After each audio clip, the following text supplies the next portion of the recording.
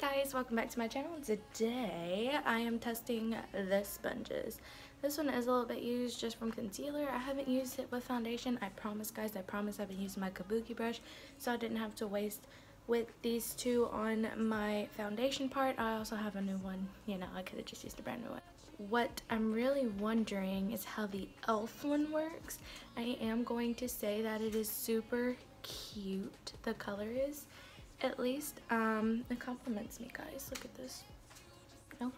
Okay. Well, I'm going to be dipping it in water in front of you guys. I'm going to be squeezing it out with water, you know, same type of water, same warm water, you know, and squishing it and seeing how they look whenever they're filled with water and how they look whenever they're not filled with water, how they apply foundation, as well as concealer and contour, because today I have to work. Before I get started, I do want to apologize for the way my camera is angled.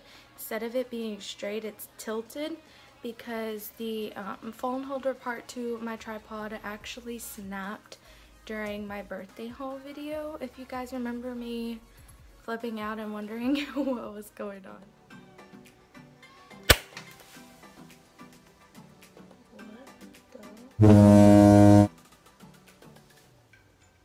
To go ahead and put on some primer and do my eyebrows. So we're gonna start with the real techniques. Warm water. Can you see it? Can you see it? Ooh, I don't want to tip it over. A cup of warm water. Put this one down before I ruin it. Oh, I have not used this or touched it since I got it. Saved it for this video for you guys. Ooh. Ooh. When it's full, it fits pretty much your whole palm, everything. The E.L.F one. Spinning it around, getting it full of water. Oh, spilling it again. I might have filled this cup up with way too much water. It gets pretty big too, guys. Okay. One more and then we'll stop.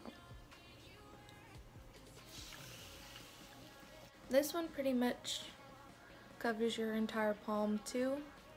Compared to the Real Techniques, you know, they're about the same size after they're both wet. They're both pretty soft and spongy whenever you feel them. This one has a little bit more softness to it. I guess it's because I've already used it, not entirely sure. We're about to see how they both react with foundation, concealer, and contour. We'll do pimple side, Real Techniques, and no pimple side, the E.L.F. Since, you know, I have to go to work and I have to look fabulous or whatever, I'm going to use the Maybelline Fit Me Matte Poreless Foundation, Real Techniques. Okay. That's always one thing I liked about the sponge, is the tip of it, how it just reaches really good under your eye. Now for the E.L.F. one, what side do I want to use? I kind of want to use the base, but then I'm like, should I actually use the base? F it, let's do it. Okay, so we're going to use the flat side for it. Don't know if you're supposed to use it like that, but that's how we're going to use it. Okay. So far, it's keeping up pretty well. I probably should have used the inner corner just so I could get up here in my eye. But I'm sure with this side, if I were to use this side, it would get up there. But we'll test that out with the concealer part. Okay, so I don't know about you guys, but I can't really see a difference in the blending. I don't feel a difference either. Whenever I touch my face, it feels as if one beauty blender did it. There aren't any patchy points. I mean, so far it's keeping up with Real Techniques. Okay, next is concealer and contour. I've recently been loving the NARS creamy concealer. This one is in the shade Vanilla, right? Yeah, it's in the shade Vanilla. That's how I like to make my concealer look. I know it looks like angel wings, but hey, you like angel wings. Who doesn't like angels? People who don't like angels. Anyways, ignore that. Okay, so for the contour, I've been loving the Hard Candy Highlighting Contour Stick. I pretty much rave about this all the time. If you guys are only on a drugstore budget, this is something worth contouring with, just saying. And then I like to go over it, of course, with my ColourPop bronzer slash contour shade. I mean, it looks more like a bronzer to me, but who knows. Real Techniques Spied. So I like to use the smaller side to do the concealer, and I generally like using the bigger base to do my foundation. And then for the contour, I like to use the flat bottom for it because I feel like it pushes the contour up from where you're putting it. So let's go ahead. So I already know how this one works, so I'm just gonna keep blending. I'm not gonna blend too much right here because the contour shade is gonna help blend that too. Or the bottom flat part, you know what I mean. No, you don't. What am I saying? Is there a certain time that y'all prefer to see my videos during the day? Because I usually struggle getting them up during the day unless like I previously recorded them and they're already uploaded to YouTube, just set on private. I struggle a lot with figuring out a good time for you guys to watch it, so I've been trying to upload them at like 7 or 8 o'clock at night when you guys are just starting to wind down, because that's the time I wind down, and I'm Central Time, so I mean,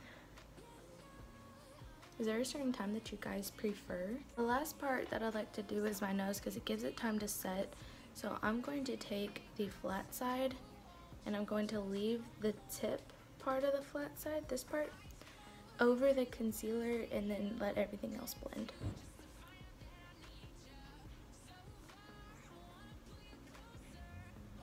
I'm trying my hardest not to get onto the other side of concealer. So we're gonna use the pointy side for the concealer. I already feel awkward because it's not flat, but we're gonna see how it works. So I'm gonna squish the bottom just to be able to use the top concealer. I guess the side that I probably accidentally got contour on, I'm gonna use it for contour too.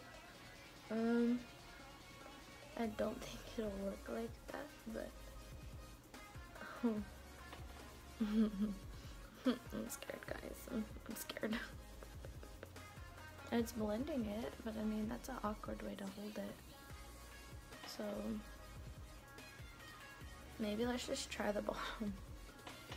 I really don't want to use the bottom because I already put my foundation on it, but the heck with it, right? This looks patchy. Oh my god, this looks so patchy. I really feel like this sponge swallowed up my contour stuff, but it blended it so freaking well. Like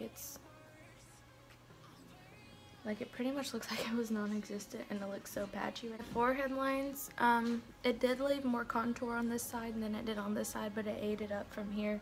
So I guess it kind of took it and blended it throughout, or not entirely sure. My concealer, both sides feel the same. My eyes feel the same. Forehead feels the same. My chin feels the same. So really the only difference is it did show my redness a little bit more on this side, but it did blend faster for the contour shade than it did, you know, for everything else. But it blended just as good as the Real Techniques one did. The only thing that you should probably worry about is, like I said, the contour if you use a cream contour. But I'm not worried about that because I'm going to go over it with this here in a little bit. It's got a weird shape. I mean, I know you see sponges like this all the time, but trying to do everything with it is kind of awkward whenever you try to hold and position it. So it's really awkward to kind of squish it and do this. It looks like a butt.